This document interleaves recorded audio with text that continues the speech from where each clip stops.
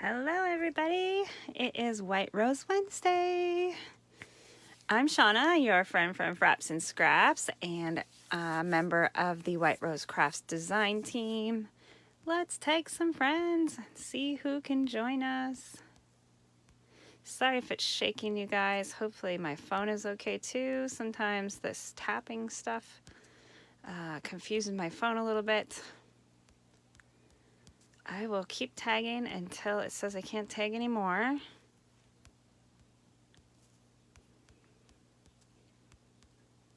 Super excited today to start a new project. It's going to be so much fun.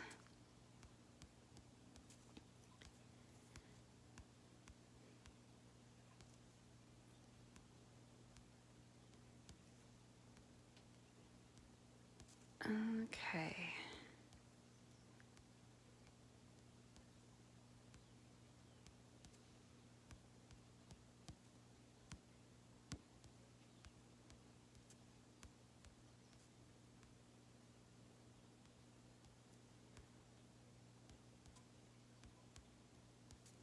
Well, all right. I think that's all that it will let me tag.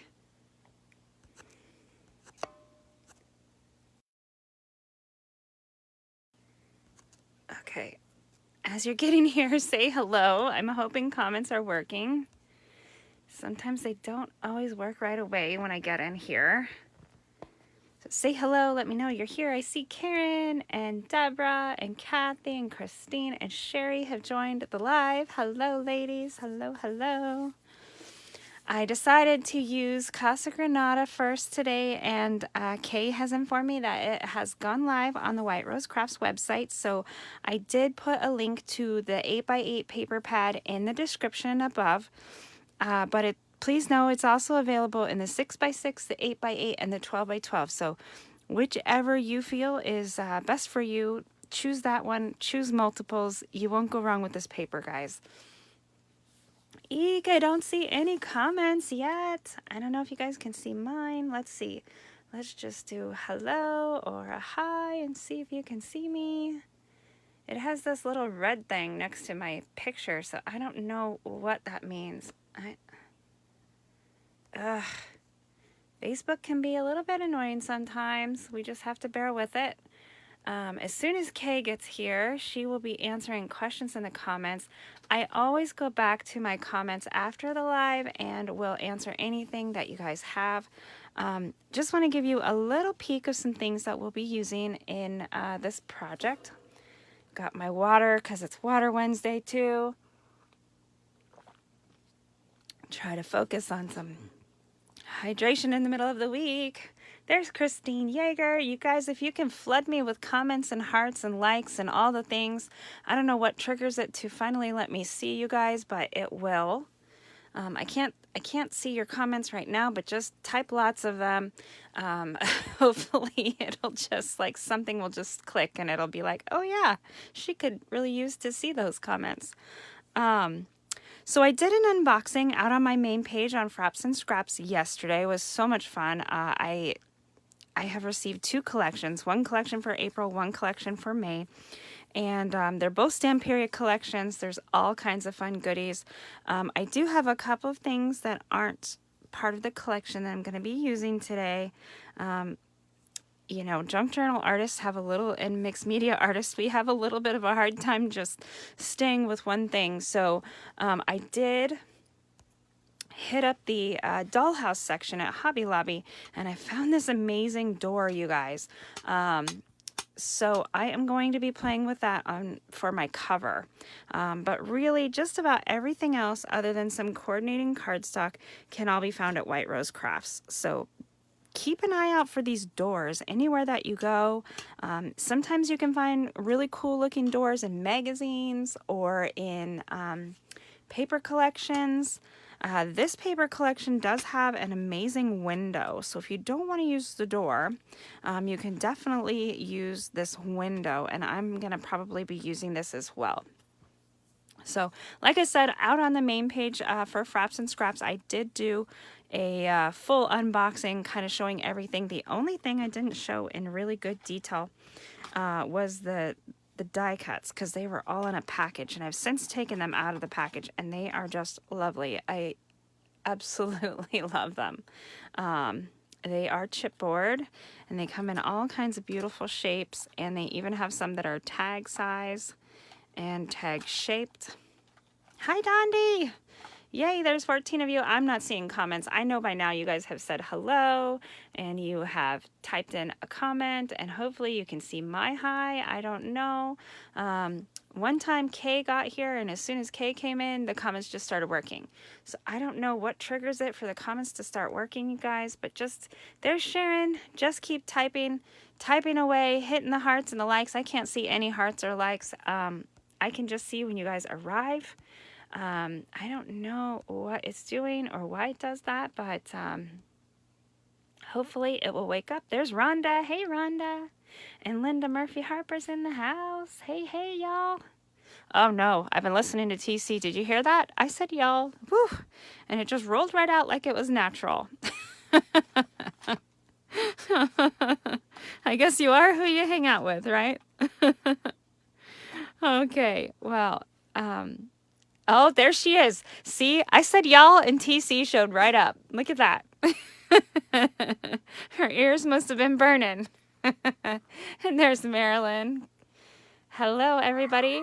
Oh, I guess it's afternoon for you guys. Here, it's still morning. Sorry, you can hear the dog barking in the background. I don't know what she's barking at. We've had some crazy winds here in Washington, and she doesn't like wind very much. Did you get it? Are you good? We have to craft now. Yeah, so shh. Okay. I don't know if you guys know, but Kay's been traveling. She is abroad seeing her family, but she is still going to be joining us. And she's not taking the complete time off. She's got Ashley in the home office working on things. Hi, Bernadette! Yay, Bernadette's in the house, you guys. Say hello to her. She is another of my fellow design team members. And she makes some amazing mixed media like cards and paper crafts. So if you are here in the White Rose Crafts Gallery, you will see some of her beautiful work. Okay, so these are some of those die cut pieces that are specific to the collection. Somewhere in here, I did put the tag, the packaging tag. So you'll notice a really good way to store these. Sometimes when I'm working, I'll either use those little plastic iris boxes or I'll use little boxes like this. And I just dumped all of these in here, but one really good way to label them is to toss this in there, because then you'll know what the brand is, what the collection is, and what all you have in there. So usually I kind of keep that with the things I dump into these containers, and it just helps me stay a little more organized.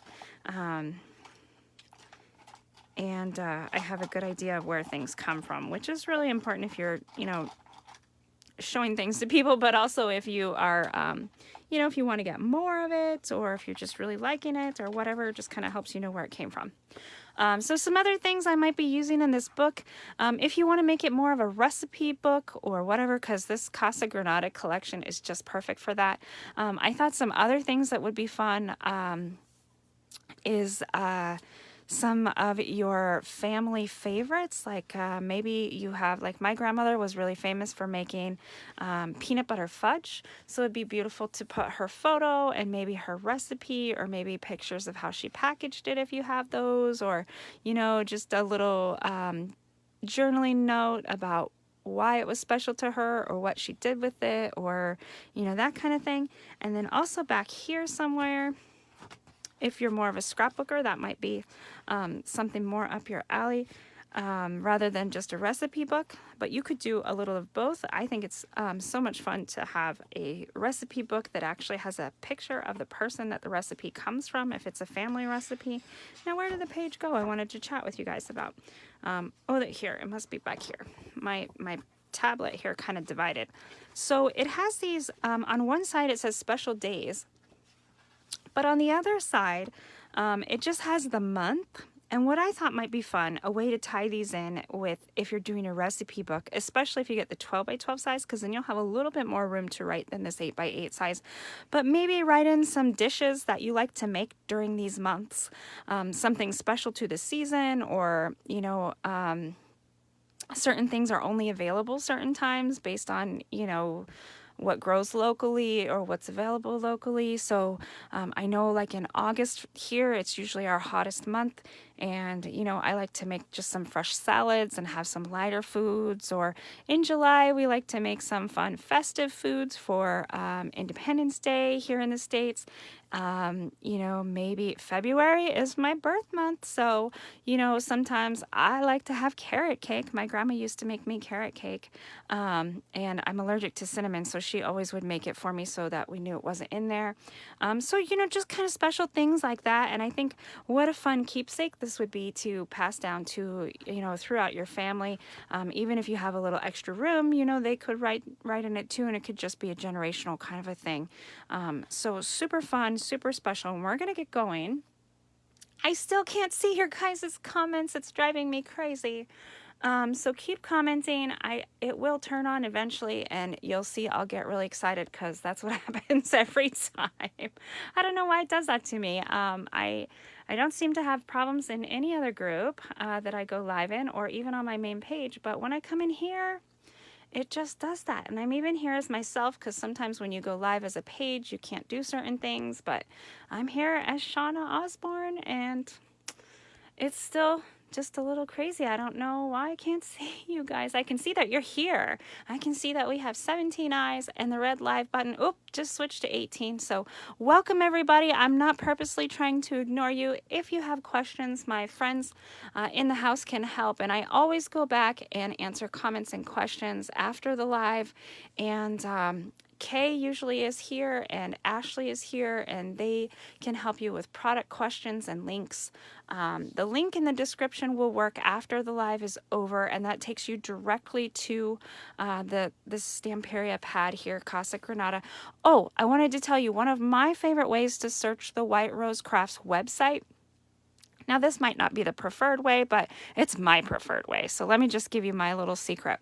When you get to the White Rose Crafts website where you can hit shop, then at the very top of the screen, there is a search bar, and I just type in Stamperia, and it shows me, so I search two ways. I type in Stamperia, and it shows me everything Stamperia. It'll show you stamps, it'll show you rice papers, it'll show you chipboard pieces, it'll show you paper, it'll show you some of their mediums to play with, all of those things. Another way I like to search the website is by clicking on new arrivals, because that will show you things that are new to the site that have recently been uploaded. And I haven't had a chance to go there much more than to grab the link for Casa Granada, but I am told there are all kinds of beautiful things that are hitting the site. So definitely keep your eyes on that new arrivals tab and then the search bar. If you have a favorite brand that White Rose Crafts sells, type in that brand up there and it'll show you everything they offer. I just think it's really fun, and that is one of my favorite ways to search the website. So I'm sure you know, some of the other ladies might have different ways to search it as well. You can search just by paper pads if you're looking for that. You can search just by embellishments, just by whatever. But I always just type in the brand I'm looking for if I know it right away. And Stamperia is one of my favorite brands to search. So, okay, so let's set some of these things aside now. Sometimes starting a new project is a little kind of, you have to build the book and do all of the things. So I am going to be using a gated album today, and I've already got it put together. I'm going to show you, I'm not going to show you the construction of it per se. I'm going to show you, I'm going to let you see how it was constructed, but that's not really where I want my tutorial to go, if that makes sense. Okay, and then we're going to play with this door. I'm so excited to play with this door. And like I said, you can play with the window, you can play with the doors, you can, the window in the paper collection, all of those things. So here is my book that I've got put together. I used a basil cardstock, but you can use any cardstock that you have or any cardstock that's available on the White Rose Crafts website. And if you need some tips for which colors might coordinate, definitely Kay or Ashley can help you out with that. They will know what they have that is best. So inside here, my actual album is 8 inches this way and 10.5 this way, but it does open up. So you can see I've got, let me zoom out just a little bit so you can see. So it's all connected and it's all covered in my brown cardstock that's from Basil. Now Basil is kind of an old brand. I just have a bunch of it in my collection because it was my favorite, and before they got bought out, I bought up a ton of it. So it is, I love textured cardstock. If it's not your jam, that's okay. You can use any kind that Kay or Ashley might recommend for you or that you have on hand. Now you'll notice I do have some eyelets here, and this is how we're going to tie in the signatures to the book. And it has two eyelets on either side right in those spines. Now these spines are small. They are a little less than 1 inch. So that's why it's divided here, and we will allow for a little bit of some height in the center. And this is just chipboard. So you can use cereal box. You guys know me. I like my noodle boxes. I like my cake boxes. I just purchased this sponge for my face, and it came in a really cool box, so I've saved that. I have headphone boxes, all of the things, Amazon packaging, whatever you have available to you. You can also purchase chipboard to make this style of an album. Some things to note here: you do want to leave a little bit of space between your chipboard pieces before when you're putting them together. You don't want them like super snug because you want them to be able to bend and move. So that's one tip here.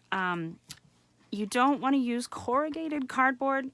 So the kind of cardboard that has the little rivety things in it. I thought I had a piece just sitting here. If you don't know what corrugated cardboard is, but corrugated cardboard is more like the like a box, like from a box you might pack your things in if you're moving or something like that. Just regular old cardboard. You want to use chipboard, not cardboard. And the reason for that is cardboard is more pliable and bendy and not as sturdy. And I mean, when we're, here's a piece. So this is more of your corrugated cardboard. Now I do use this on my books. I love the mixed media vibe that it gives, and the fun textures that it has. So it's not to say that you can't use this on your book or on your album. You just don't want to construct your album out of this, because this is hard and firm and gives you a nice construction.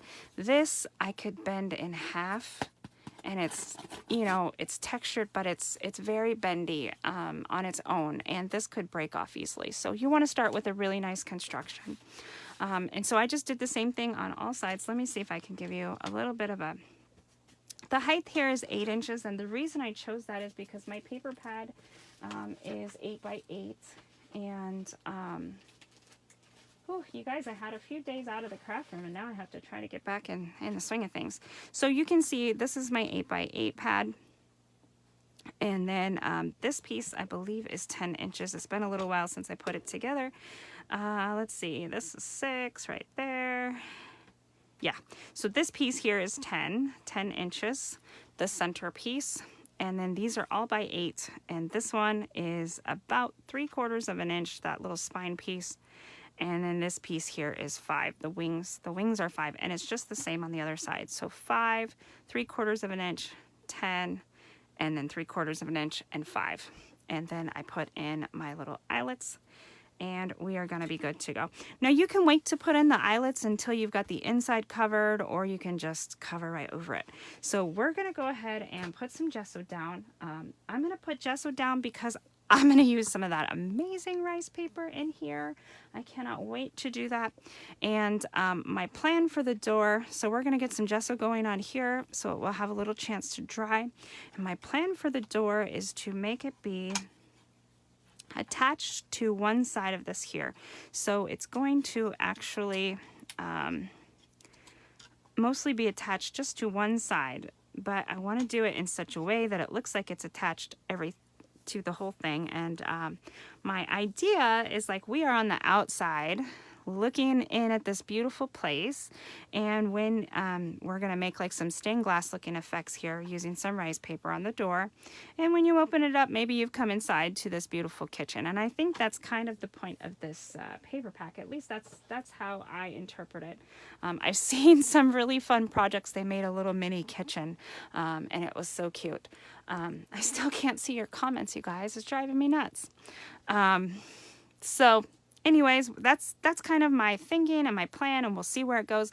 The rice paper here that I have, the one of them, has all of these beautiful flowers. So I'm going to use that on the sides here, like we are outside with all of the flowers, ready to open this door and see what's inside. So that's kind of my plan. That's where we're going. And I do have a scrap of paper that's not from the collection. And I don't normally like to do that, but I honestly, I was feeling a little lazy and I didn't want to look for my embossing folder that had bricks. So I do want to tie in just a little bit of this bricks here on the side, so it looks like we're actually on a brick house. And the paper collections does include some bricks, so that was kind of where my thought process was for that. And so I'm just going to use some little pieces of this, and we're going to cover over it with the rice paper. Now, since I chose brown back here, the rice paper might not show up as much, so I do kind of want to lighten it up a little bit. So that will be what's happening there. And I'm so excited to put these chipboard pieces right onto this door. How sweet is this going to be? Just like this. So we're going to put some gesso on here as well. We're going to put some gesso on the book that we've got going. This is going to be for the window. We're going to start using some rice paper. And I think that's about as far as we're going to get today, guys. I also have some plans to use this Nuvo Drops. This one, if I can read it, the color is Sea Breeze. It is the Jewel Drops. It makes for a really perfect glass illusion. Hey, Margie, you guys type lots of comments. Tap the hearts. I can't see your comments yet. I'm hoping somebody coming in or out or in or out or commenting or something will trigger Facebook to let me see you. I'm also planning to use the bundled sage green because it really goes well. I'm gonna show you guys how I use it when I want to spray rather than splatter. So I'm going to be doing some of that. If you're planning to make like a recipe book, like I said, you might want some recipe cards. These ones are a little bit loud for the collection that I have, but I'm going to see what they look like when I ink them up. I do like that they have some tabs. So, you know, that's going to be kind of fun. If I don't wind up using those, I might just use some coffee dyed ones. You can get white and coffee dye them, or even just ink them. And we're going to be doing plenty of waterfalls in this book. So lots of fun coming up with this project. I guess I just need to get going now. All right, so I've got heavy gesso. This is white gesso. It's by Prima. I think on the White Rose Crafts website there is some gesso. There's some mediums that Stamperia has that I haven't played with a lot yet. Mostly it's just because I couldn't get them here. So I am so excited to be part of White Rose Crafts and be able to get my hands on some of these fun things. So I'm just going to use a larger square brush. Again, you could use white paint, you can use gesso. I really like gesso because it is a good primer for this chipboard in here. And when I get ready to put down some of those beautiful rice papers, I'm going to want them to be able to, you know, shine as brightly as they can. And sometimes when you put them over darker papers, they get a little washed out. And if that's the look that you're going for, that works perfectly. If you want them to be a little brighter, well, then add some gesso or some white paint, or even like an off-white or a cream. Just getting it in there. Now you can take some of this gesso right out of your jar, put it on a palette, and dye it colors with your inks, especially these ink refillers. So if you wanted this to be like the light green that this bundled sage really matches perfectly of the paper collection, that is definitely a way to do that. A good option. You know, I did do some prep for this project and I thought, oh, they're not going to want to sit here and watch me paint gesso all day. But at the same time, I didn't want to get too far and you guys feel like, geez, she's done half the project without us. So it's kind of a fine thing to balance. But there are so many tutorials on making gated albums out there on YouTube. Some really great mini album artists like Rosa Kelly and Paul Ford. If you haven't checked them out, these paper collections are so perfect for those styles of books, and they really make them well. I usually am more of a mixed media kind of a girl, and I like to work with old books, like vintage books, and repurpose them. So I will swipe their covers, and that is what I'm going to be doing with the other collection that I have, the one I need to learn to say. I think it's Atelier d'Arts or something, but you guys, my French is no good. So I'm so sorry to Stamperia and to whoever speaks French, because, yeah. I'm from the States. I'm from Washington. I do speak Spanish, but my French is no good. But it is a beautiful collection, and you don't have to be French or speak French to enjoy it. So that's wonderful. I am so pleased about that. Now you can see I'm not being like super... I'm not coating this evenly. I'm not trying to get it stark white. I'm just trying to get rid of most of that chipboard gray. So I am just kind of having fun, kind of blobbing it on here and smoothing it out. You also could use like a texture paste if you wanted to put some of those textures in there. But I'm going to wait and use the textured kind of things until after I've got my rice paper down. I really want to make sure that the rice paper gets a nice adhesion to the parts that I want it to stick to. But there are so many ways to make beautiful books, and you know, if you're questioning, like, I wonder what it would look like if I did this, give it a try, because it's so much fun. And this paper collection is a first edition for 2022. It says right on the cover of that. So the good thing about that is if you feel like, oh, I don't want to use this paper in case if I mess up or if it doesn't quite turn out or whatever, you know, just give it a try. You might surprise yourself with how it turns out. Sometimes I have this picture in my head of how I think things are going to turn out, and they turn out totally different, and I'm still so pleased with the outcome. I have had a few like womp womp womp kind of projects, and it's really good when it's a paper collection that's new and I can just buy it again and try again. And you know, sometimes I will just repurpose. Paper layers so well, you guys. So if you know, if you inked something and you don't like how it looks, you can just cover over it or peel it off. So don't let that block your creativity or keep you from having fun and trying new things, because that's what it's all about. All right, so I'm kind of getting some of this gesso like on the brown to kind of pull out a little bit of that texture. This paper collection has some really amazing borders that look like that beautiful tile inside of like a European style house, or like some of the old ones in Italy, like in Sicily or somewhere that you see in TVs. I've never actually been to Italy. I've been to Spain, and again, the architecture and tiles that I saw there were just amazing. I was so glad I took that trip. I got to go in high school. Okay, so these little flaps don't actually lay flush, so it's not going to glue down to this gesso. You could use a heat tool and dry it just a little bit, but I'm going to keep going for the sake of the demonstration here. And again, I'm not being very specific. I'm just going to get this down. Hi, Laura. There's 20 of you guys in the house today. That is so exciting. I wish I could see comments. So if you see the heart button or the thumbs up button, push it a bunch, push the comments. Even if it's just like hello, or I mean, there's not a lot to say that you like right at the moment. Tell me if you have ever been to Europe and where you went, and maybe some of those kind of comments will help trigger it so I can see you guys. I went to Spain when I was in high school, and I went to South Africa, Tangiers, and it was such an amazing trip. I had some things going on during that year that I had to miss out on, but it was so worth it. So worth it to go on that trip. I learned so many things about different cultures and things not about the U.S., and I think that was what started my love of travel. And I know right now Kate is abroad visiting her family. She's getting to hang out with her 6-year-old little granddaughter, and we'll be seeing all of her other grandchildren, so that is amazing. And I can't go live right now without saying I just became a Mimi. How amazing. So I have my own little grandbaby right now. She is just beautiful.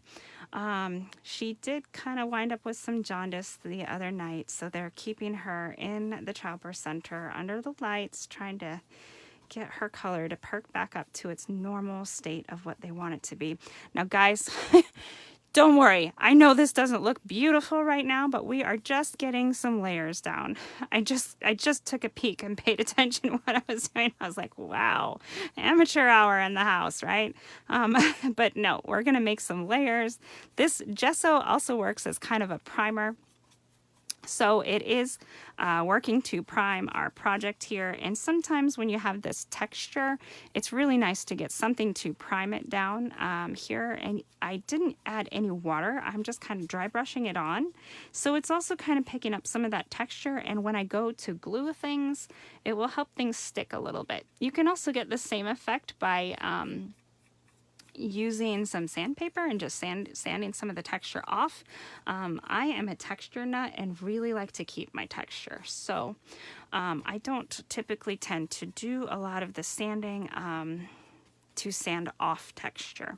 I will sand certain things, but not usually to get rid of texture. Okay. I'm not going to do the back right now. I don't want to bore you guys, but I will do the back with the same process here. Just putting some white gesso. Now, gesso, to my knowledge, comes in white, it comes in black, and it comes in clear. And like I said, with the white or even with the clear, you can pull some out of your jar, put it on a palette, and use your re-inkers or your mica powders and turn it different colors. So don't be thinking, oh, you know, I didn't really want to add white. You know, you could put it with a tinge of vintage photo or blue or green or whatever you want to do. Okay, so I think that is about enough of this. You guys are like, yeah, Shonna, it's time to move on to whatever is next. Hi, Dolores.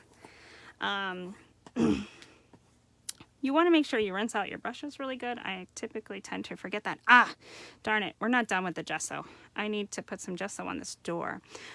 You could use the, actually, while we still have this out, let's go ahead and put our, I'm a little scattered today, you guys. I haven't been in the craft room for a little bit. Yesterday I did an unboxing, but that was about it. My grandbaby was born, and I spent 3 days at the childbirth center with my daughter, worried and worried and worried, and we finally worried our way to a beautiful little girl. So my daughter was a high-risk pregnancy, so it was 9 long months of waiting and worrying and all that. So it did pay off. We do have beautiful little baby, but I gotta get back in the swing of things here. So you can see I started with a 12 by 12 piece of paper. You can use stencils. You can use embossing folders. That's got a little more texture than what I wanted. I wanted to keep this a little more flat and just introduce a color other than the brown, and bring in some of the brick that that's also in this collection. This is not Stamperia paper. This is just whatever bricks that I had in the house. Here, my house. In my stash. Wow. All right, I'm all over the place today, you guys. I'm still going to make a beautiful project, though, I promise you. Okay, so there we go. I just want to put this down, and then we're going to put the rice paper over it. I don't have any tearing on this side. I don't know if I want it, though. I did it on this side, but I don't think I'm going to do it on this side. You can make them match. You can do whatever you want to do. Now I'm simply going to glue this down. I'm not going to worry about inking it. I typically am an inker, but like I said, this page really isn't going to be seen that much. It's going to be the bottom layer.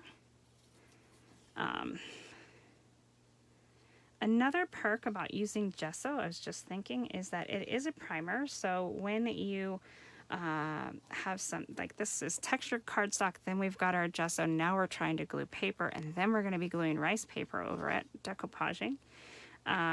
It really helps so that you don't have to use loads and loads of glue, because sometimes certain mediums can be really porous, and you will put something down and then it will, just soak it right in. So this is nice when you use your gesso. You don't have to worry about having to overly glue or whatever.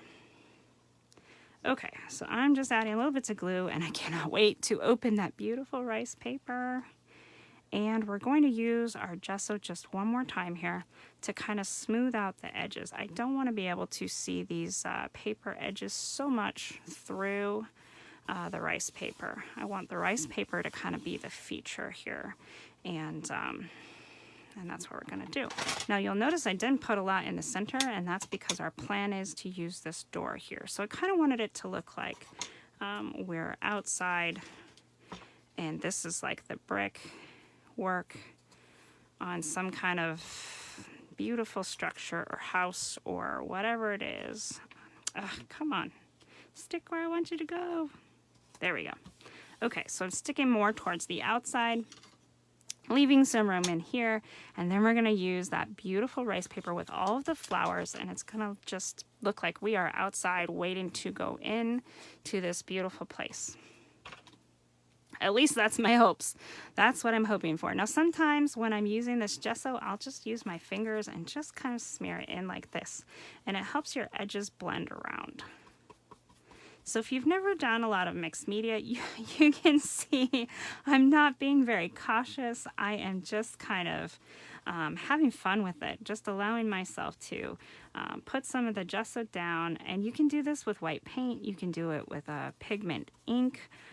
Just, the things, whatever you have available to you. Stamperia also makes some great product.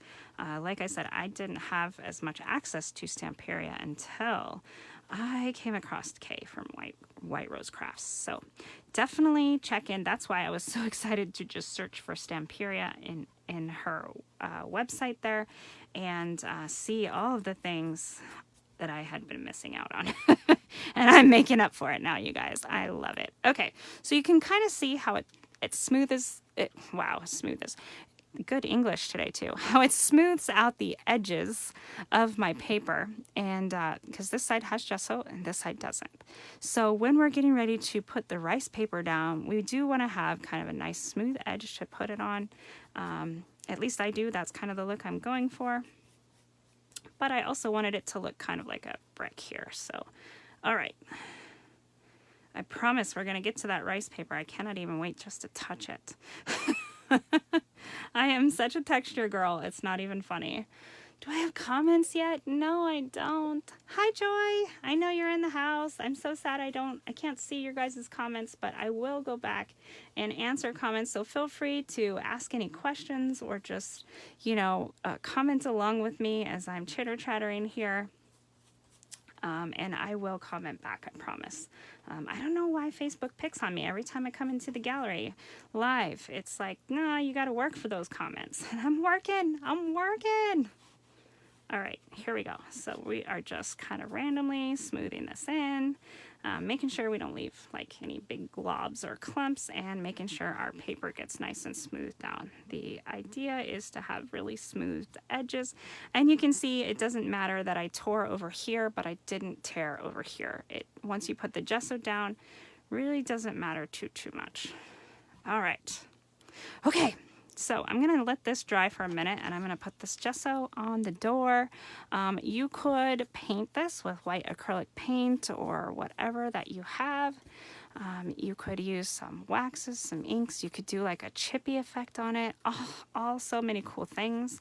I am just going to slap this gesso on here, literally slap it on here. I just kind of want it to look a little more rustic, and then I am going to use some ink and kind of rustic it up a little bit, if that is a good term. I don't know. It's the term I'm going with today, you guys, and my English seems to be a little rough. I don't know why. I checked in at the childbirth center with my daughter and her fiance on Saturday night, and it was kind of late before they even got like an IV or anything. She had to be induced, and it was a really long process. So from Saturday until Monday, and my grandbaby was born on the 4th. So in the evening, I think it was like 7:57 p.m. or 8 o'clock p.m., something right around there. And that was when she was finally born on the 4th. And not much sleep and, you know, all the excitement and nerves and all those good things were a little overwhelming, but so great. I mean, such a great result, really, better than any of us could have ever expected. So so happy about that. She had some really great specialists, and that was amazing. So we are thankful for that, and hoping little Isabella gets through this jaundice stuff and gets to go home today. So that's the goal for today, is to have good labs and good color and all those things. So yes. All right, so we are taking this from this wooden color. I am going to do the inside because we're going to put it here, and then when you can still open this before you can even open the book, but you'll be able to see this door on the inside.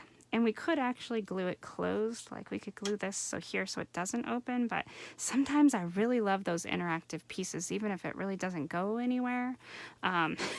We might put some fun pictures here or something, but it is fun to have interactive pieces in your books. I think that is one of my favorite things to do and add, is really get those interactive pieces in there.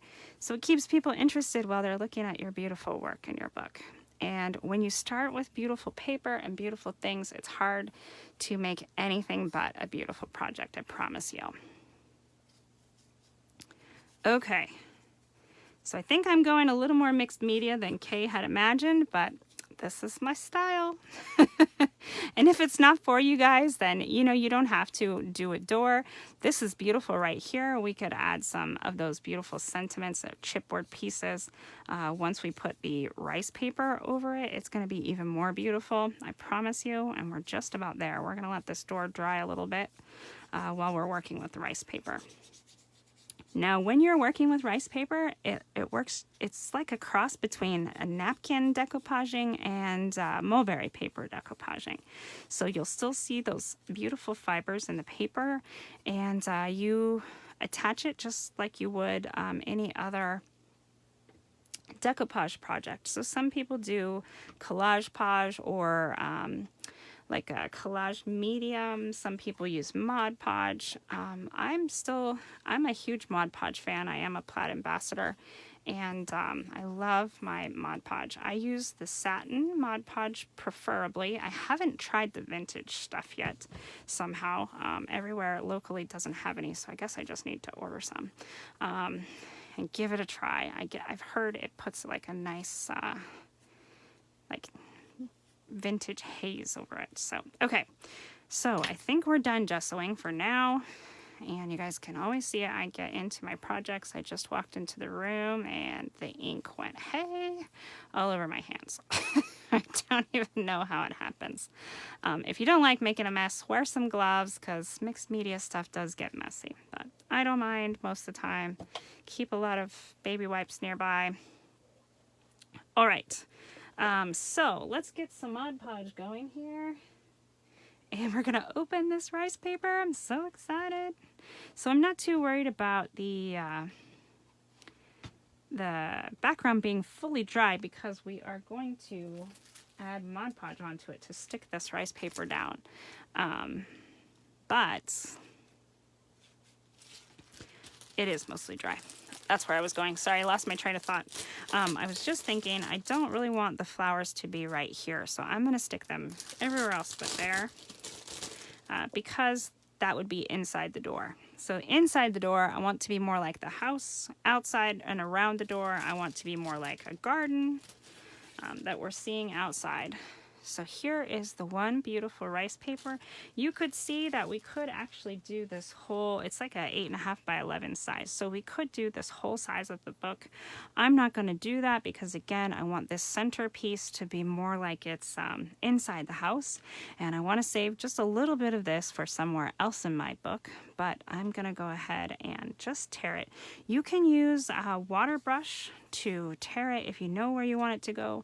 You can just give it a little spritz of water. You can see the fibers here in the back. So it is a fibrous paper, just like a homemade paper or a mulberry paper would be. I'm just going to put, so this is just spraying just a little bit. You can't even really see the mist. So it's not like dousing it with water, but it's giving me a little bit more pliability to just kind of tear this down. And I love the torn look. There we go. I'm just going to let it tear where it wants to. And by tearing it, you get these beautiful fibers. I told you guys I am a texture girl, so you get these beautiful fibers on the ends here. And it's so great. It's so much fun to add to your stuff here. So I'm going to go right over those bricks. Sometimes in the backgrounds, I would probably put some scripted font stamps or some of those background stamps by Prima. You can still do that if you want to, but for right now, I'm just going to enjoy this beautiful rice paper and allow it to hopefully show through some of those bricks in the background. It might not even show them. I don't know. We're just gonna go with the flow.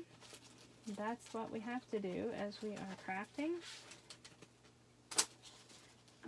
I don't necessarily always come up with a full script for my projects. I kind of get one idea in mind and just kind of go with it.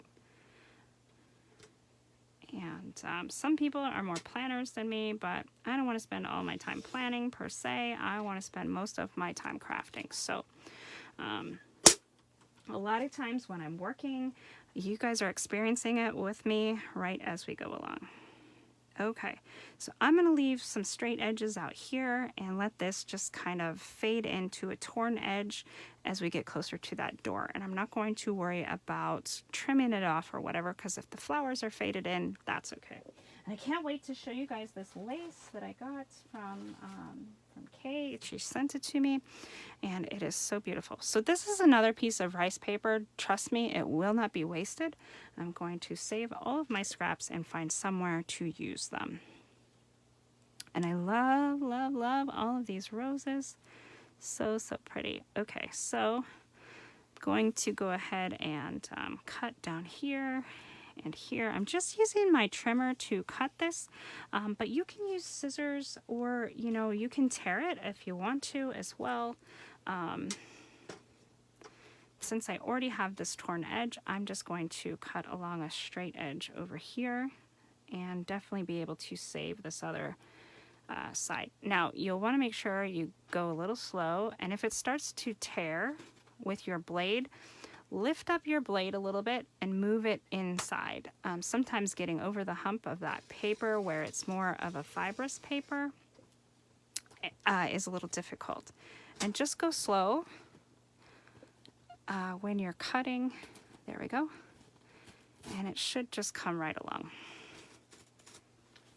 All right, and definitely save your scraps. How beautiful is that? Cannot wait to use more of this paper. And then always check your blade after you've been cutting any kind of mulberry paper or rice paper. Make sure you don't have any of those beautiful fibers inside your blade, because it could leave some tears in your next cut. Like it'll kind of jam up the blade if you think of it like that. So you don't want to do that. All right, so I made this cut. You can use scissors and just cut right along. I just used my trimmer because I'm not a very straight cutter otherwise. And there we go. And if you get some of those fibers, you could see how that one was a little more difficult like that. You can just use your scissors and snip right off as you're trying to pull it out. Let's see if this is the right size now that we want. And then we will get to, actually, I think I might make it just a little bit shorter. I'm not a huge measurer. I just kind of do things as I go along. This is a perfect height though. And I'm going to cut off just another little chunk here that we'll be able to use somewhere else in the book. Or even for another project, because, I mean, this would be perfect on a spine. If you're doing some kind of a floral piece. There we go. Okay. And it's okay that some of this brick is still going to show through. That's okay. I am good with that. That's why we put it there. It's just going to be just noticeable. And on this side, it's not so much noticeable. It's just kind of peeking through. So what we're going to do now is get our Mod Podge out. I'm going to spray my brush a little bit because I'm really happy with this brush. I don't have a water bowl in here because I probably would spill it. So I use my spray bottle a lot, and then I always rinse my brushes out. Well, I always intend to rinse my brushes out when I get out of here. The thing I don't want to do is contaminate my Mod Podge, so all nice and rinsed out. Hey, Roberta, thanks so much for joining me. I still can't see comments. I don't know what triggers it. I've been here for a little while now. We started at 11:30 my time, Pacific Standard Time.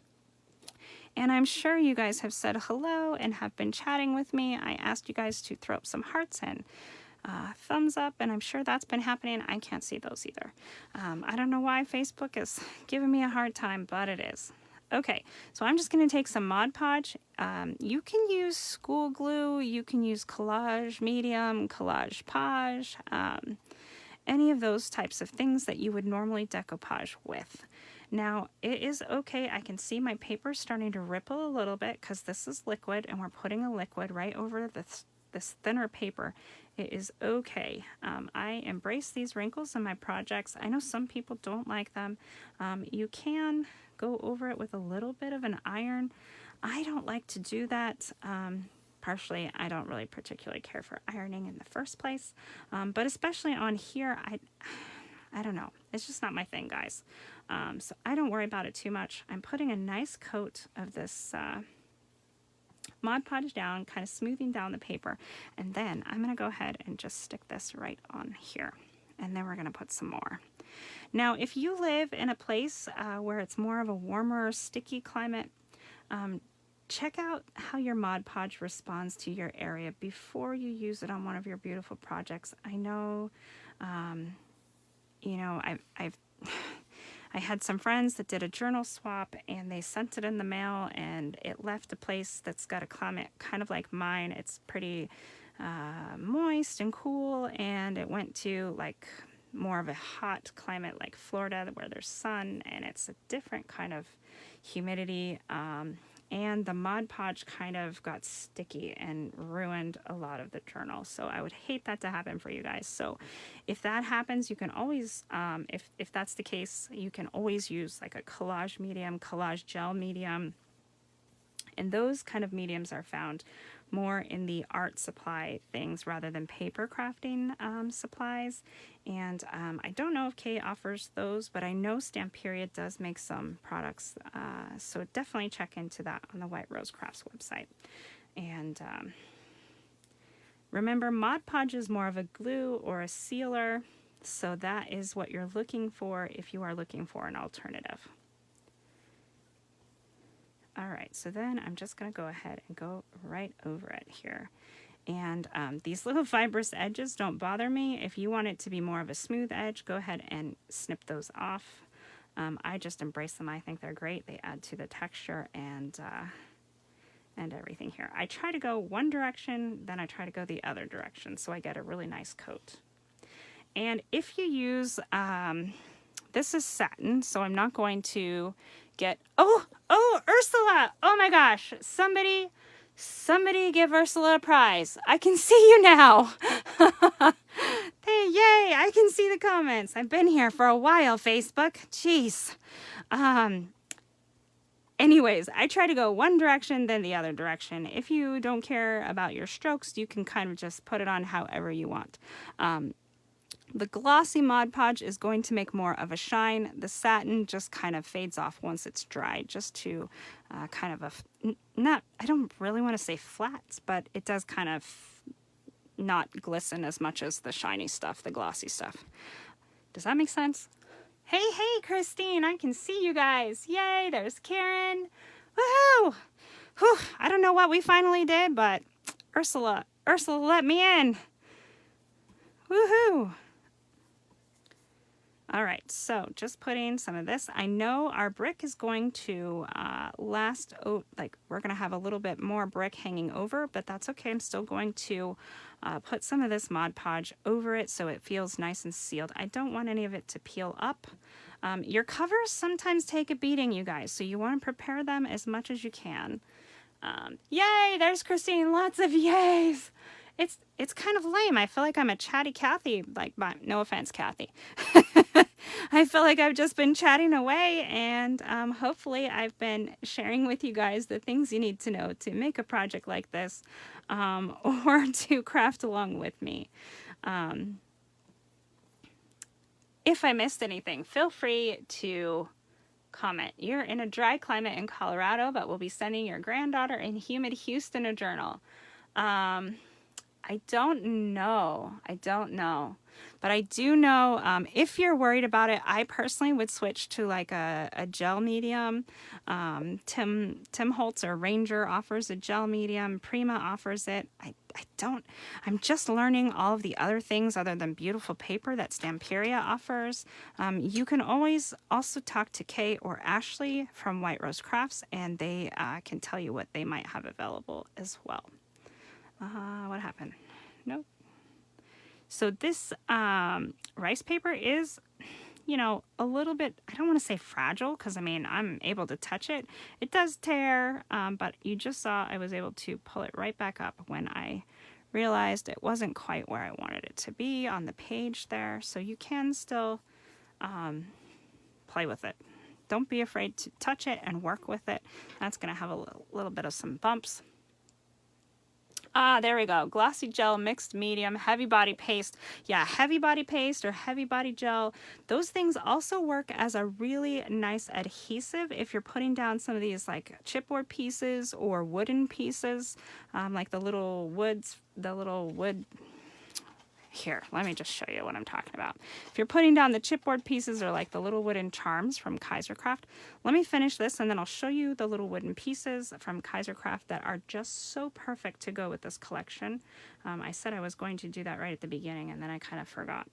I got in my own way here. So yeah, if you're worried about the Mod Podge, I would switch to one of those heavy body gels or collage gel medium. They don't seem to be as sticky once they dry. So, or maybe it's that they're not as reactive with water. I'm not totally sure. Mod Podge, I know the humidity and the moisture, because it's, somebody has described it somewhere along the lines, and I picked up on it as like mixing school glue or Elmer's glue with water, and you get sort of the same equivalent as a Mod Podge. Now, I don't know if Plaid would say that or agree with that.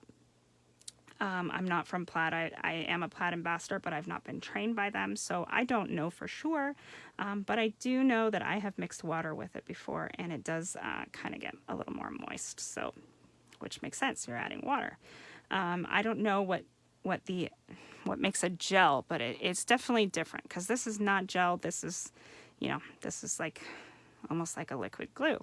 Okay, so let's put my baby wipe around here so I don't get a crunchy brush that I can't work with. And we are good. I love this so far. Love it. And once it dries, I still may add some of that scripted font here just because I love the look of it. Be like the writings on the wall. Okay, so I'm going to set this aside for a second. And we have more Mod Podging to do. All right. And we're going to use some of these little pieces. All right, the Kaisercraft little wooden ditties. Look at this one. This is like a little teapot. How cute is that? So if you use those heavy body gels, this acts as a really good way. If you don't want it to be like a charm, you can stick it down.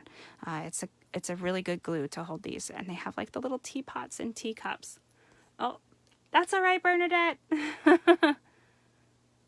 Is the paste thick? Do you add water?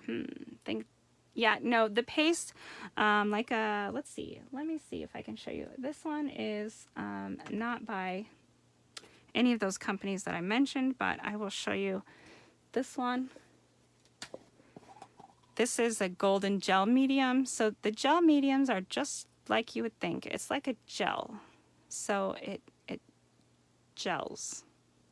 Picture like hair gel. It's kind of like that. So you can use it to stick things down. And actually we're going to, because I've got this little, here, we will, what did I do with it? I have this cute little thing that I set somewhere. Ugh. All right, well, maybe it mixed. Oh, it did. It mixed back in because it was sitting next to this Home Sweet Home. It was the little, it looks like a little keyhole from Kaiser Craft. There it is. So we do have one problem with our door. Problem. That's all right. It's dimensional, which is what we want, but is that going to be wide enough? I think it will. Okay, we're going to use this and this, and then I've got some beautiful lace. There we go. Okay, let's pull out this trim, and then I will show you how I plan to handle this door. So look at these trims. These are available on the White Rose Crafts website. Let's see. There's Ashley. She's posting some links for you guys. Again, these links will become active as soon as the live is over. So if you missed any links, definitely you can always go back on the replay and see those things there. Okay, so I absolutely love these botanical looking trims. So nice. And then this lace is gorgeous. I am going to make this lace look like it's a little valance at the top of the door on the inside. And I think it's going to be perfect. Okay, so one problem that we have with our door, make sure we don't glue it closed if we don't want to, is that I want to stick this piece of chipboard here. And this piece of chipboard is from the collection. I think it's beautiful. Let's see if I can zoom in just a little bit for you guys. There we go. And two things. One, we want to make sure if you want your door to open that you're not blocking this hinge, because you need to pay attention to hinges anytime you're working with a book. Wow, this is still a little bit wet and I'm getting gesso all over me. But this here is grooved, so we've got all kinds of different heights, and we could just put tons and tons and tons of glue in there if we really wanted to, and it would finally level out. Or we can use that gel, the heavy body gel. Sometimes it's called 3D gel. Prima calls it like a 3D gel, 3D matte gel medium, those kinds of things. So 3D matte gel is the one I'm more accustomed to using. I do use that golden occasionally, but it's not my favorite. All right, so this one you can tell, again, it doesn't pour because it's not liquid, it's gel. And it does dry out eventually, so make sure you get it nice and closed every time. I know some people use the press and seal over their labels. I don't do that because I don't want to hinder anything from the lid closing, in my opinion, and I don't live in a particularly hot place normally, so it's okay. Your adhesives and liquids are all very susceptible to temperatures, so this is one thing to think about, ladies. If you ever want to get a she shed that's outside, you need to have temperature control. If things freeze or if they get too hot, they will dry out and not work the way that you intend them to work. Okay, so this is one of the little Kaiser Crafts little wooden bits. It's not very thick, but it is actually perfect. It reminds me of a little keyhole, and we could color it with some ink if we wanted to. I'm just going to put a little bit of some gilding wax on it so it looks almost like it's kind of a coppery color. Let's see. I say that, and first I have to find it. You can use gold ink if you have some ink or like a copper ink. I'm just going to use some Firebird Prima ink or Prima wax. This is one of my favorite mediums to play with. Most of you guys who are familiar with my work know that. So I'm just going to pour it right on here and just press it around. You can use a brush. I always use my fingers. I don't know. I guess maybe I will change that now that I'm going to be holding a little baby. I'm going to have to keep my hands definitely more baby friendly. We haven't had to do that for so many years. My youngest daughter is the youngest in the family, and she's going to be 20 in October, so we haven't had a little baby in that many years. So, okay, I am just putting this here like this, and this is going to fill in some of those dimensional gaps that I was talking about. Sorry, the dog hears a car out there. I think it's the mail. I get excited because I think it's incoming happy mail and packages, and she gets excited because it's her way to alert somebody's here. Okay, so now we're going to use some of this 3D matte gel. And like I said, there's tons of different brands, and you'll just have to test out the ones that you think are your favorite. You can use a little palette knife. You can use your little silicone brush. I just dip my fingers in wax, so I don't really want to dip my fingers right into my jar. And really, it doesn't take a lot. It's just a little tiny bit because this is a little tiny piece. So I'm just going to paint it right onto the back of this here. Kind of like you would a paste, but it is a gel. And it's going to get into all those little crooks and crevices, which I don't particularly like, but it will dry eventually.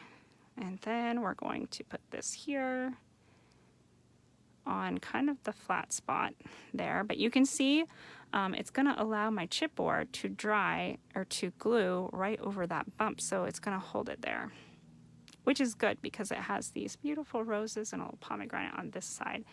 And it's going to layer. So anytime you're doing like a mixed media layering project, this 3D matte gel is going to be one of your best glues. And this one, I think almost all of them are transparent. So they dry clear, which is perfect. She's giving you the link for this beautiful lace. I love this lace. When I got it, I was like, ooh. I thought the most exciting thing was going to be my my paper. But really, I am loving everything that I got, and I cannot wait to see how it all comes together. Okay, so I'm using this matte gel medium also on the back of my chipboard piece. And I just realized I did not put any ink into the door, and I wanted to do that.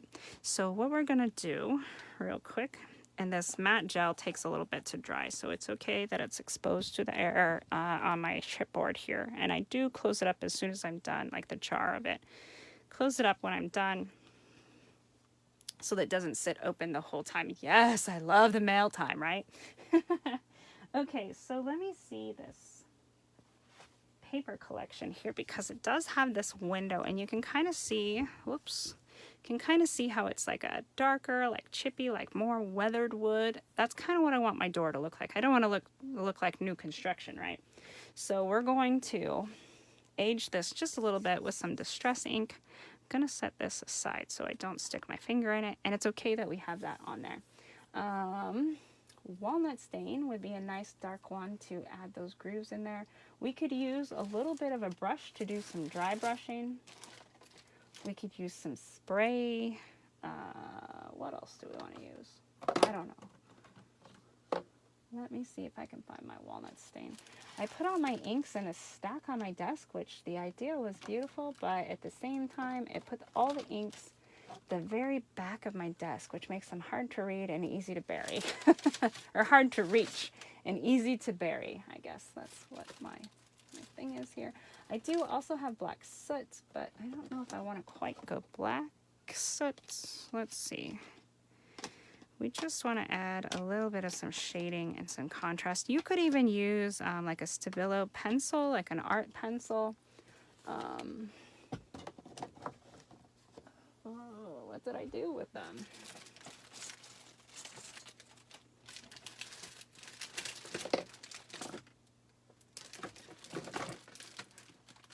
Oh yeah, I did. I stacked them in front of the other ink stack, so I couldn't even see it until just now.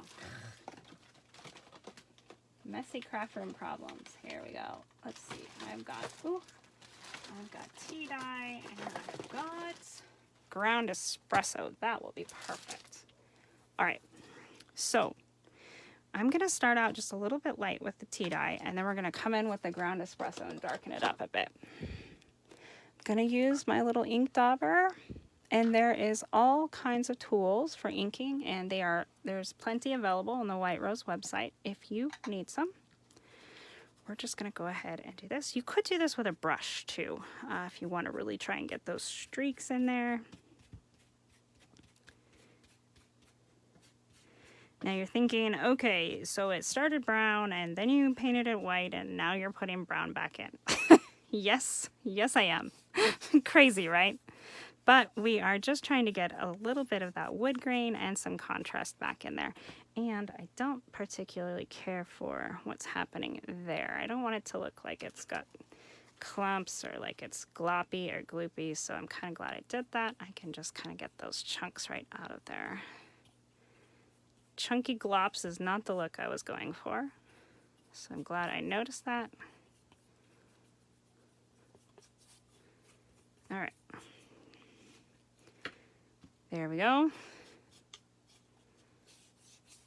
And tea dye is really light. It kind of almost has an orangey hue to it, so I'm just doing a little bit of that. And now we're going to go in with a ground espresso. Ground espresso is quite a bit darker, you can see, but it's not as dark as the black soot, so I think it'll be okay. Famous last words, right? I'm going to try it right here because this part is going to glue down. So if I don't like it, we won't necessarily see it.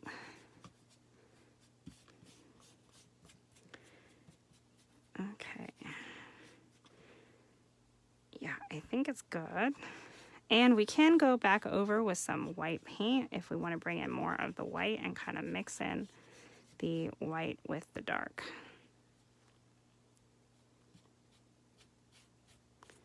Just trying to create those little streaks, you know, make it look more like worn wood. And we'll just go right along those lines. You could use a dry brush and that might be a little bit easier. Gonna make sure I get some along the edges.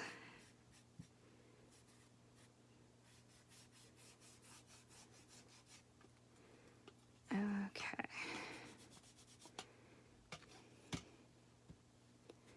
There we go. I think that kind of gives us the look I was kind of hoping for. Was thinking maybe a little bit darker in some areas, but like I said, maybe a little bit of a brush might actually work really good for that. You can just kind of put in some of this little line effects here. And remember that Distress ink is water reactive, so if you spray this, it will go into those cracks. And also, if we put more liquids over it, it might like blend out, which is okay if that's what you're looking for. But just keep that in mind. I really like how it's pulling those little lines in here. And we'll try and get just a little bit more of that along here.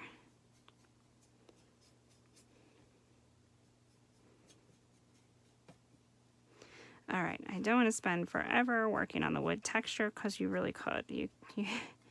You could blend it out, have so much fun, add all kinds of contrast and contour, but really I just kind of wanted to make it not look like it was bright white. Okay, there we go. Now we're going to bring in our little chipboard piece.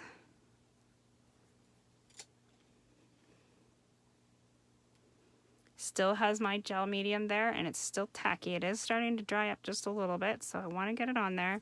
I want to make sure I don't block this hinge. So one way to do that would just be to open it. And I'm pressing just a little bit because that gel medium will go. It kind of seeped out the edge there a little bit. And a silicone brush or a palette knife is a really good tool to work with some of this medium, the gel, and it just goes right over like that. So it's okay if it hangs over on this side. I don't want it to glue shut though, so I'm just going to open that and kind of wipe off some of that gel medium there. I might even just let it sit open while it's drying, and you could even use some extra pieces of chipboard or cardboard underneath there if you really wanted it to be flat where it's kind of contoured. All right, hydration for a second. How's everybody doing? We're almost done for today. I just want to kind of get this door underway. So one thing I thought about with this door is we're looking in, so I kind of want to see the kitchen there, and this other rice paper is perfect. let's see, where did it go? I had kind of a little small craft branch down here. Let me find it. It dropped at my feet.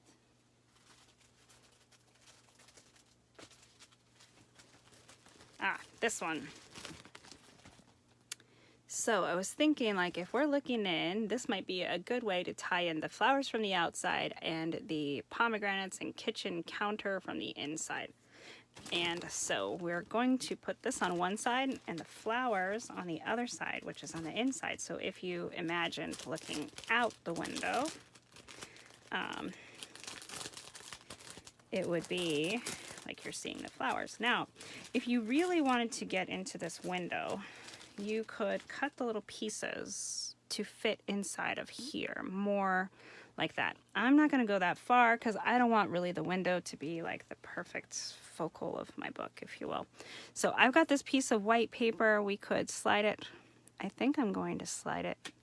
Depends where you want this. See, this is why I was saying if you wanted to see the little lines of the window on the inside or the outside, I think what I'm going to do is put this on the inside, because then we'll be able to see my rice paper and you'll be able to tell that it's a window. But now on the inside, because I didn't cut these into little squares, you know, it's gonna just look like one solid window. And that's okay. I'm okay with that. Because at the top, we're gonna make it look like it's a little curtain. So, one side, I'm going to use this beautiful rice paper that has the little basket. You have a cart started. Yeah, it's easy to do with these beauties, isn't it? So we could use any of these. My thought, though, was to kind of tie in the flowers from the outside and the fruit and the counter from the inside. So I'm going to go with this one. And I'm just going to cut it with my scissors because I think we're going to use most of this piece. So you can see it cuts very easily. When you cut it, though, you don't get the fibrous edge. So if you want that fibrous edge, use a water brush or water and a paintbrush, or mist it a little bit and tear it. And that's how you will get that look. I'm going to go ahead and just cut this a little more closely here.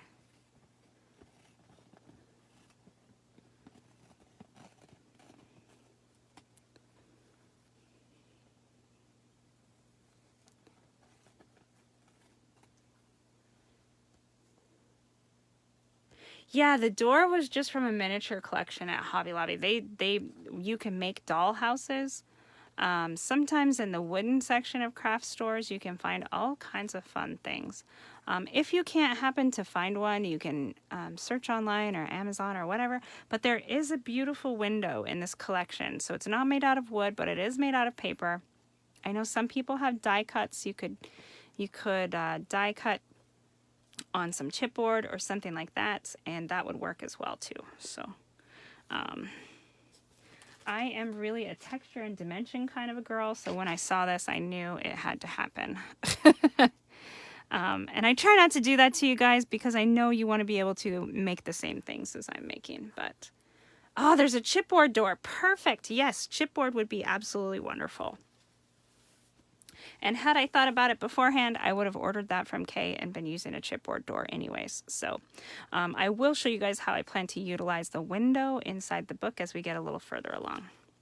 Okay, so you can see adding this on white just really makes it pop.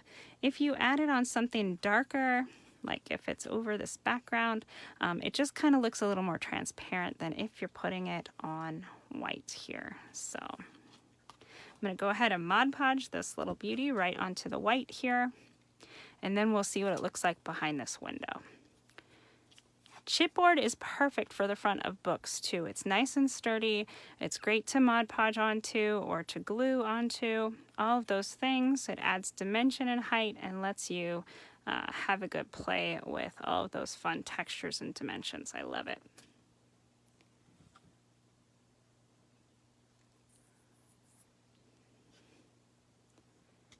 Okay.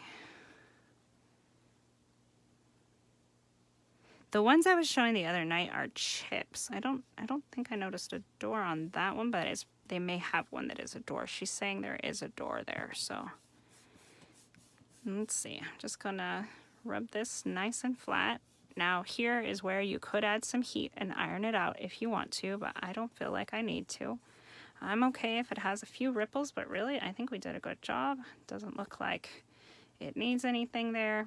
And then I'm going to go ahead and trim around the edge again when I figure out where I sat my scissors. Really, truly, crafting is the art of losing things you just had 2 seconds ago. There it is. Now you could just use a water brush and tear this around the edge, but I want this to fit nicely into that window frame, so I'm just going to try and get a nice smooth edge if I can. And depending on the style of crafter you are, these tiny little straight scraps might be useful on something like a little tag or something. They are rice paper. I'm just going to toss them in my little bin of chipboard shapes over here, and I might use some more later. All right. I know some people throw some things away if they're too small. Some people save them if they're just right. I don't know. I just kind of put everything in my bin and use what I need to as I'm going along. Okay, so here's what it's going to look like as we get further along. I'm hoping it looks a little more like... See, now my one dilemma was that this paper I cut to fit right inside because there is a ledge, but you don't really get to see the window bars on this side, so I don't know. What do you guys think? Should I just let it sit in there like that? I'm going to put Mod Podge over the top of it. I showed them, let me see. I showed them... Oh, it was this. It was from the Atelier collection. These do kind of look like little doors. You could definitely use that right on the front there. So these are the Stamperia decorative chips, and these are a lot thinner, so they won't add quite as much bulk if you wanted to use them inside your books. Yeah, I like to use them for little snippet sheets too. Some people don't like using that small. You know, I just, if I can hang on to it, I grab it and put it in there.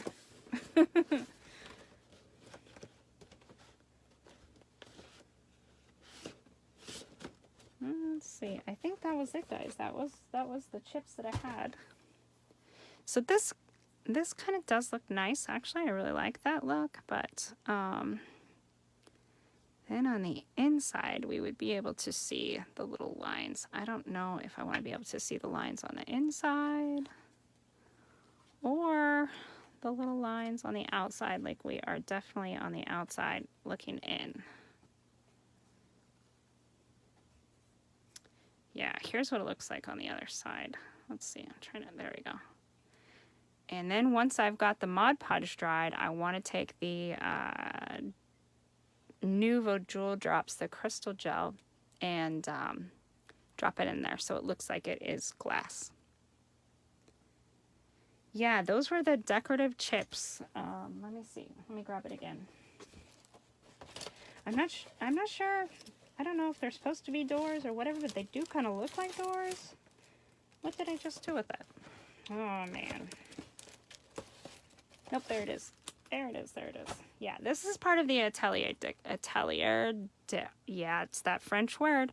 But these ones are like little doors as well. So they could just swing in, swing out. You could put them on a little hinge. You could put them over your paper. And this one does kind of look like a door. But this is all one piece, I think. So it's like this big piece. It could make a little door like that. And if you wanted it to open, you could put a hinge on one side, or you could cut it down the center very delicately. Oh, they are doors. Okay, good. They're supposed to be doors. Yeah, the other collection kind of looks like, instead of going into a kitchen, like you're going into an art studio or a craft space or something like that. So that would make sense that they're doors. And you can make them whatever you want. Maybe they're windows, or maybe they're stained glass, or maybe they're whatever. Yeah, I like seeing the squares as well. So I think we're going to go ahead and put it in here. And then, like I said, dropping those Nouveau drops in is going to be just amazing. And we wouldn't necessarily have to cover it with Mod Podge because I plan to cover it with the Nouveau drops, but I think I'm still going to. just because I want it to be nice and sealed. And I feel like I got it pretty flat and smooth on here, which doesn't always happen for me a lot. I usually get some wrinkles, but it looks pretty good. And then again, on that other side, I'm going to put flowers, like if we were like this, like we are on the inside of the kitchen looking out the door.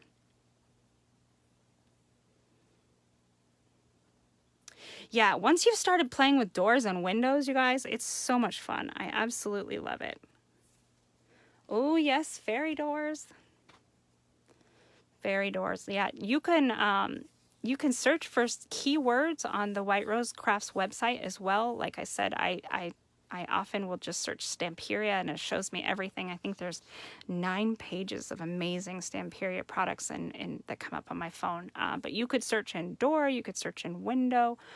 You could also just ask Kay and she's got the links.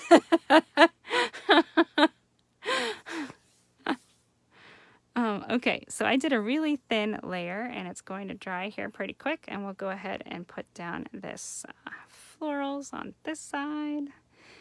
And you can see it is a little bit short here, but I have this other piece and I might just go ahead and put this first. A little scrap comes in handy, right? This was just a tiny little scrap. If you are not a scrap saver, I recommend that you save your scraps at least while you're working on the project, because you just never know where you might need just a little scrap of that little something. And it's really not going to matter that I kind of had to piece it together here because it is florals, and florals kind of, you know, they're not perfect in nature, so it will just layer very nicely. I'll layer it smooth there. And then maybe even try to match it up here. Oh, look at that. That is the perfect. I'm going to scooch it up just a little bit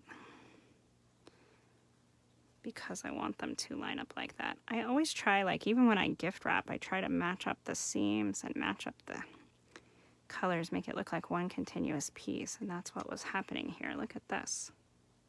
So if we put this in, it must have been right where, kind of right where I tore it. It's just going to look perfect. All right, let's put a little more Mod Podge down there.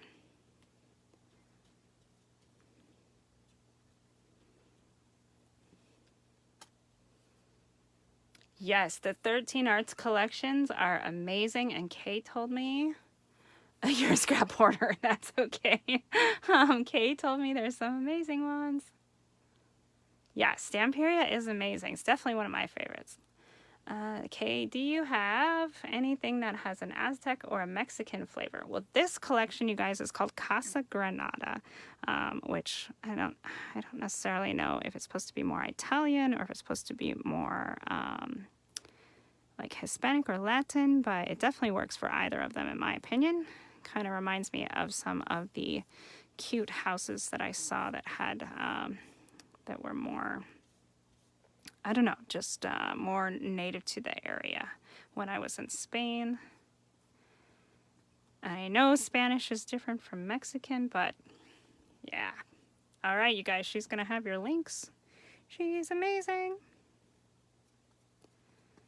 All right, I'm going to go ahead and put a little coat of Mod Podge over this. The underside is already completely dry because I'm keeping it just really thin because I don't need a lot. It's going to be protected in the door, and I'm going to use the Nuvo drops on it. And then we'll just trim this little piece of paper up here. Going to turn the glue tool on. Hopefully I have some battery left. There we go.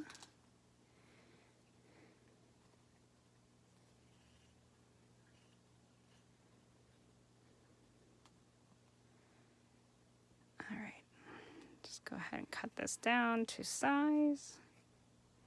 Now I'm getting sticky because that other side wasn't dry. Take a look at Stamperia. Oh yes, the Amazonia. That is a good one. And there's so many pieces to that collection. Like there's everything available. There's rice papers and chipboards and everything. It's beautiful, especially if you like the animals in there. But you could use it without having to include the animals too if that's not quite your thing. Okay, Now we can see I do have a little bit of a line here. I'm not too worried about it, and once I add that Nuvo drops in, it might even just look like a piece of the window glass here. So I am going to put some glue just right here on this. This is a lot of just like gluing those little Kaisercraft wooden pieces. You could use your gel medium, you could use your Mod Podge here. I'm just going to use a little bit of my Prima adhesive. So whatever your favorite glue is, tacky glue, whatever it is. You don't want to get a lot because you don't want it to overflow, but you do want to have enough that your paper here sticks and isn't lifting up with the door. Now on this back side, we could also draw in the lines of the window seal. We could add in some ribbon, whatever. All right, I'm just gonna keep this closed now. There we go. To make it look like we have the lines.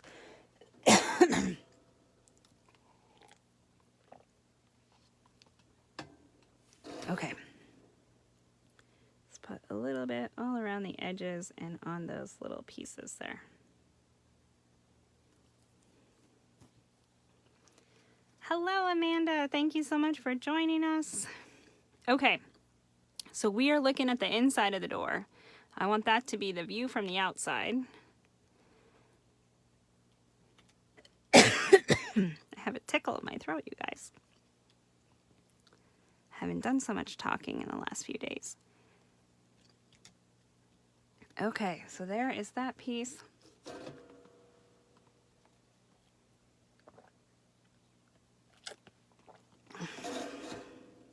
I've got some excess glue hanging out around that I might just try and blot off a little bit here.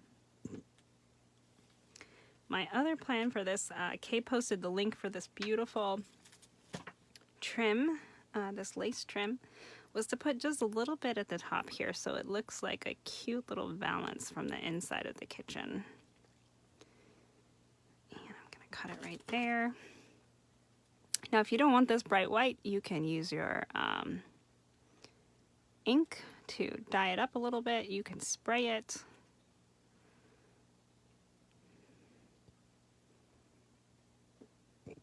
How cute is that? I love that. Dreamcatcher embellishment. You think it's a laser die cut? Oh yes. Yeah, once you guys start playing with these chipboard pieces and these laser cut little chips and the ones from Kaisercraft, like look at this one. I love this. Maybe not that side. I started coloring some ink. It takes ink really well, you guys. So, so fun. They have clocks and all kinds of fun. The door is going to be right on the front cover of my book. I want it to be like, hello and welcome to our little casita here. And now they're probably going, okay, it's supposed to be Italian. You wouldn't say casita, but the collection is called Casa Granada. So, welcome to our casa. In Spanish, Casa Granada would just mean like grand house. So I'm going to use this here. This is ground espresso. And just try and put some little edging here around this so it looks more like a window frame. This is like the inside of the kitchen looking outside, which is why I have it all flowers. Or, it might just be like a little curtain that's hanging up here to block out the bright light of the sun. Now, you could keep going here and just put those little ridges in so that it looks like it's more of the window. So right here is where that centerpiece is.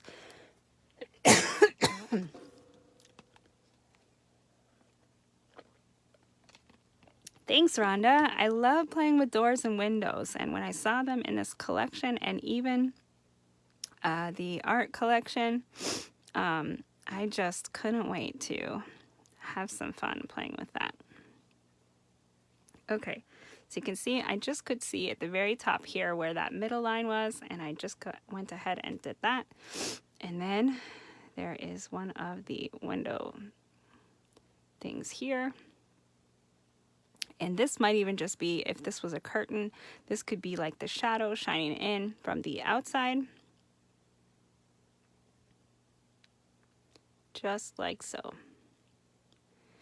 There we go.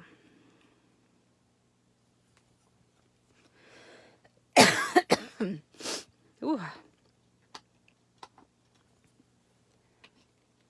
All right, so I think I'm going to use a little bit of the sage green, or bundled sage, sorry, and dye up this little curtain valance is what I'm calling it. So we're just going to put a little bit of this down here. This is from a re-inker of Distress Oxide, Bundled Sage, available on the website as well. And we're going to use a little bit of our water. I love watching that oxidization too. You guys can see the fun little swirls that's all in there. I know we haven't gotten very far in our book, but sometimes it's these little fun details, and if you're having fun while you're crafting, there's no need to rush. So just enjoy the process, enjoy the little things that you can get to add to it. We could even add some cute little brads up here in the center of the flowers if we wanted to bring the color back in. Whatever you are enjoying working with, do that. Because that's why we do this, right? We don't just strive to make beautiful things, we also strive to have fun while we're making beautiful things. Okay, so that went a little darker than I had thought it was going to, which I'm still okay with that, but another way to bring the definition of the color back down is to spray more water. So I'm using a different block, just going to spray more water and blot it off.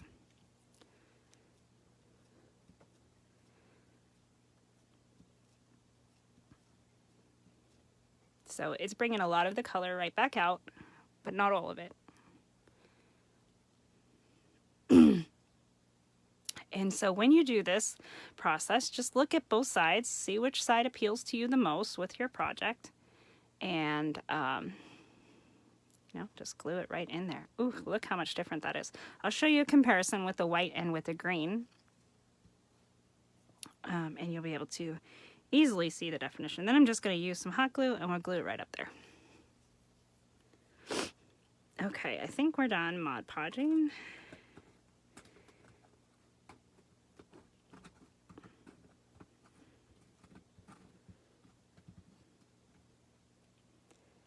All right, so if we had if we had the white, oops, it would look like this. And if we have the green, it looks like this. So let's see if I can hold it, oops, a little more closer so you guys can see. So some of you may still like the bright white. Some of you may still like the sage green. I kind of like the sage green. We could also use our ink dauber and just daub a little bit of like vintage photo or tea dye right over this and just kind of take some of the brightness out of the white. Yeah, doors are fun, you guys. Get some chipboard doors, get some windows. Have fun with the window that's in this collection. We haven't gotten there yet, but I cannot wait. And I love that when they open, you can really play with the interactivity of it. Okay, so I'm gonna put this up here. My little piece of paper is kind of dipping in the corner there, but it's not gonna matter because we're gonna block it right in here. Don't burn yourselves if you're using some hot glue. I think that is why I really like to call myself more of a junk journal artist or mixed media artist over a scrapbooker these days, because I really like being able to use wood or chipboard or the dimensional pieces. And scrapbooking has come a long way over the years. They do have ways you can cut your page protectors, or you can use like the strap hinge books so that you can still add, flips and flaps and dimension and interactiveness. But I really like doing the fun details, and I don't like to have to worry about,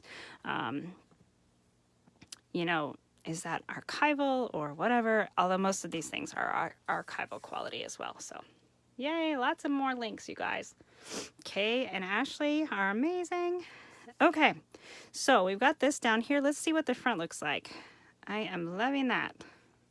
look how fun this is. And even if you're just using your chipboard, or if you cut this out of paper, you'll be able to incorporate all those things. Now you'll notice that little Kaisercraft, what I was calling a little keyhole, we really don't see a lot of it, but we know that it's there, and it really helped this chipboard have something to adhere to rather than just a dimensional piece of the door. So sometimes the layering, you lose certain things, but it also kind of puts a little flap here, or like a little tab to have something to grab to open the door. So that's how it's going to open. This is the outside looking into the kitchen. This is the inside of the kitchen looking out to all of the flowers. At least that's my interpretation of it. So the last step I'm going to do with this door, and then I'll show you what it looks like as it's attached on there. And once I do this, we're going to be a little more hands-off for a while, is put some Nuvo drops over these window pieces here, so it looks like there is some glass. And you can use the clear... Nuvo drops comes in lots of colors, so you can choose whatever color you like, but when I am trying to make it look like more glass, I love this color. And it is the Sea Breeze, but it's kind of a blue. And when you're doing this, you want to try and put it in there. You don't want to get it super thick because it will crack if you get it too thick. And I don't like to use a heat tool with it. I think that sometimes can create more bubbles and the potential for cracking, but I do smooth it around as much as I can. You can use a little tip of a needle or your pokey tool to kind of smooth it around. You want to get enough in there so it's got kind of a nice thin even coat. And you could also use something like glossy accents or other mediums like that. This is the one I'm choosing. I love using Nuvo drops. And I do use some of those other products for other things. So I'm not exclusive to Nuvo, but when I'm making windows or glasses, I made a cute little bunny card and I used this on her glasses. She was wearing glasses and it looked perfect. It just looks like a nice little piece of glass. So don't be afraid to cover up your picture. It will dry mostly clear with just a little tinge of blue. Little tinge, like you don't even really notice that it's blue. At least in this use. If you're putting it on like a white piece of paper or something and making your little enamel dots, you will see it with a tinge of blue to it, and it's just beautiful that way as well.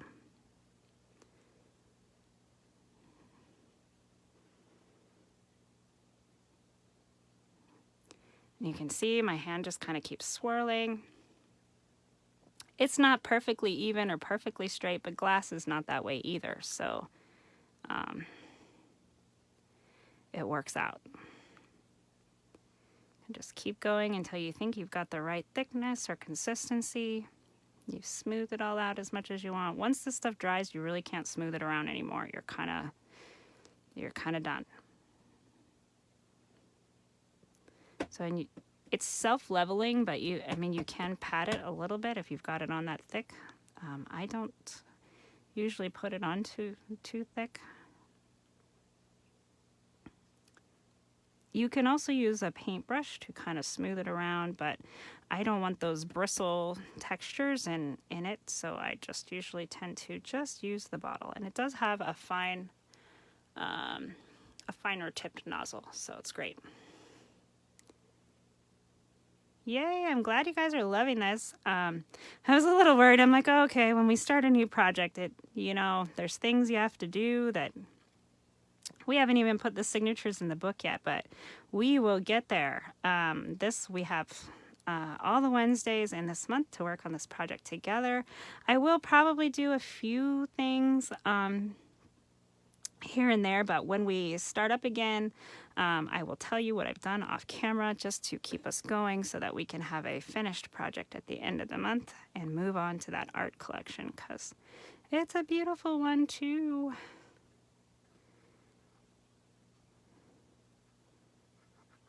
All right, here we go. The other one is going to be a little bit different. My theory on doing the gated book for this one was that It was the perfect size for this 8x8 paper. And if you are one that doesn't like to cut your papers or are worried about losing like half of your paper or whatever, this kind of solves that. You can use the whole 8 inches. The ripples remind me of medieval glass. Yes, for sure. Perfect. It just adds another texture. So this is a little bit milky looking right now, but it does dry. Sorry guys, my throat is doing something weird. It does dry translucent. So that is one of the benefits of getting these Nuvo drops. I say dry translucent. You want to make sure you set this aside somewhere that it can have the full chance to dry. Like I said, I don't like to use my heat tool with it because it sometimes I feel like it bubbles. Oh, and I noticed a little bubble right there. So I'm just going to open this right back up. And just add a little bit more right there. And maybe a little divot right there. There we go. Just add it in. So just keep kind of checking on it. You can add more. You can use a little brush and take some things away. You can use a silicone brush, but I've got just such a thin layer in there. I just feel like it will gouge it out. So just be careful and find whatever works best for you. Okay, then what my next plan is for this door. And we're going to try and do it carefully so that we don't mess it up now that we've got all this wet Nuvo drops in there. So here is how the book has been drying. And you can see kind of those bricks in there, and it does have a little bit of a rippled texture from the paper. I think that just adds to some of the fun. And look how beautiful this is going to look here. So now the frame of this door is going to glue just to one side. So we want to get it over enough, like more over the center enough that it can do that. So it's going to be like this because we have this gatefold. It's going to open like this. So we're not necessarily going to be able to see the inside of the door right there or our little curtain unless if we open this. So we're going to want to put something here that looks more like kitchen, and this is going to glue down. So that is what we will be working on. And then I also have these beautiful green leafy trims, and I'm going to glue these just around the outside here. So while I'm not with you guys until next week, and it's been a little bit of a longer day today because anytime we start a project, that's what happens, I'm going to glue this door down. And like I just said, I'm going to make it more halfway over to the left because I want it to be nice and sturdy. And if we glued it down to the whole thing, we wouldn't be able to open it. So that's the rationale for only gluing it on one side. So it needs to off-center just a little bit so that it can be stable to open and close like this. Then I'm going to put some of this vines around because the base of the door is going to be mostly glued here. So I'm going to glue this to the base, like the frame, the lip of the door. And yeah, I think that's it. So I'm going to find something that looks like inside the kitchen for right here before I put the door down, and glue a few of those vines to kind of incorporate the flowers over here. And that is where you guys will find me next Wednesday when we get together again to continue working on this Casa Granada book. And really, we didn't even cut into the paper pad yet. So we've got lots of work yet to do and all kinds of fun things. And if you are worried about finding a door or a window or whatever, this window would be just beautiful. It's flat, but you could put a chipboard piece underneath it. You can still put your Nuvo drops right in those little window panes. This one I think is supposed to look like it's more open because there's a little birdie sitting there. So watch out for that. But I think this side is still looking like it's closed. So all of those fun things. You can still use Nuvo drops on some of these bits to make them shine like they're metal and they're shining. The Nuvo drops are a little tricky to use on a live because it has to be one of the end things that I do because it needs drying time. So if there's things that you might want to Nuvo drop, or make shiny or glossy accents, whatever you're using, just go through and kind of, set out your papers and put some glossy accents on them, whatever you want to do, and make those shine. Even if you're not totally sure, it's not going to hurt anything later. It'll just have a little bit of some gloss. So this is where we're going to stop for today, you guys. Oh, look at this. This might be a nice little piece to put right there. Or we could even do just a piece of this right here, because it's like the kitchen when you come in, and that is what you would see if you open this door. So that's what we're looking for, is just something to make it look like it is a kitchen when we come in. And there's so many options. This paper is just so beautiful. And we could put this in here and put some of our little dimensional die cuts in there. But yeah, so many fun things to do. Oh, yay, I'm glad you guys are liking it and enjoying it and thinking about doors and windows now. It's a funny thing. You don't even think about a certain way to craft until you've seen it or you've tried it. And then it is so fun and you start looking at things a little differently. So, all right, you guys, I don't know how long we've been here. What is it? Oh, wow. 2 hours this time almost. Whew, sorry to monopolize your day. I know there's so many other places you could be, and you guys have all been here with me, and I appreciate that. I know Kay appreciates that. So even if you're on the replay, just say hey and let us know that you're here. And if you have any questions, you can always post in the White Rose Crafts gallery. You can message Kay. You can message me as well. And we'll do our best to get back to you as quickly as we can. So thank you guys again so much for being here. And I will see you next week for White Rose Wednesdays. Thanks, guys.